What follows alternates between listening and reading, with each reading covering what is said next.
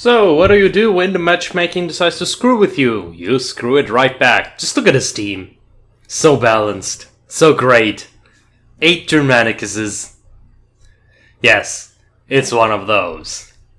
So, well, knowing this, what do? At least we're in a party of 3. And the first thing we do, we try to capture the most important strategic point, the hill. But seeing as how we've got only one group of archers, and they're not even archers, they're just slingers. So, we decided to go there anyway. This is gonna be horrible. This is gonna be horrible, you would think, but surprisingly we won. But you will see how.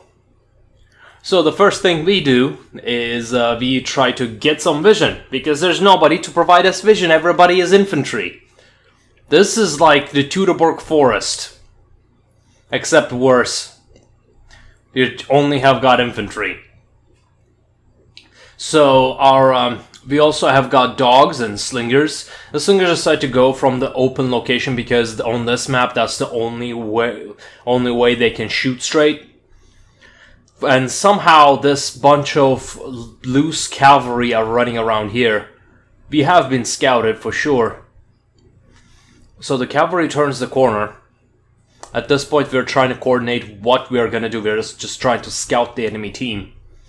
For now we saw the cavalry, we saw a few of their members. I charge in just to get some kills. The numbers advantage is going to be very important if the game comes down to that. So we did get the flag real quick. It looks like we've got Germanicus cavalry, so that's wonderful. That is wonderful. That's new meta right there. The cavalry that can't even use a vengeance. Bloody perfect.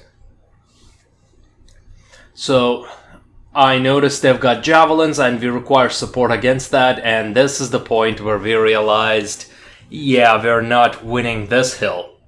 But we also realized that they're pushing pretty heavily and leaving the mid open.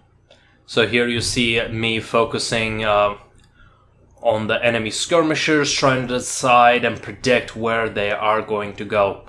From here, we're moving to the only place we can go. We notice that we're pushing from the left, so that is quite good. But the enemy is pushing heavily from the right side. So the only reasonable solution in this case is to cap the base. Yeah. Hence, that's what we are going to do. So with that being said, what should you do when you are in a very strange matchmaking? Well, you do the usual, just deal with it. And by deal with it, I mean try to find what will be your strength and weakness. So in this case, I would say it will be our pushing power, of course. Fortunately, the enemy also left the middle open and we pushed through. Because a versatile team is only as good as its users.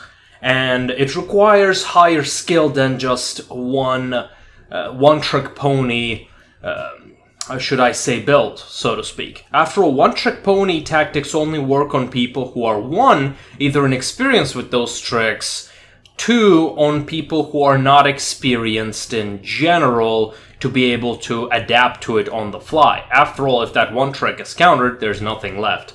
So, here, what we are doing is just push towards the enemy base. And enemy decided, nah, we're not fighting that. And we kind of went in. 5 units of infantry, because the more models your unit has got, the faster you will be capping. And that's what we are counting on this time. Just walk in and cap. It's not a method that I enjoy doing, but sometimes it is necessary. And so, because they do not have skirmishers that pay attention, or artillery, which is not even shooting us at this point, we are at 50%, 60, 70, 75, 80, 90, 95, and 100.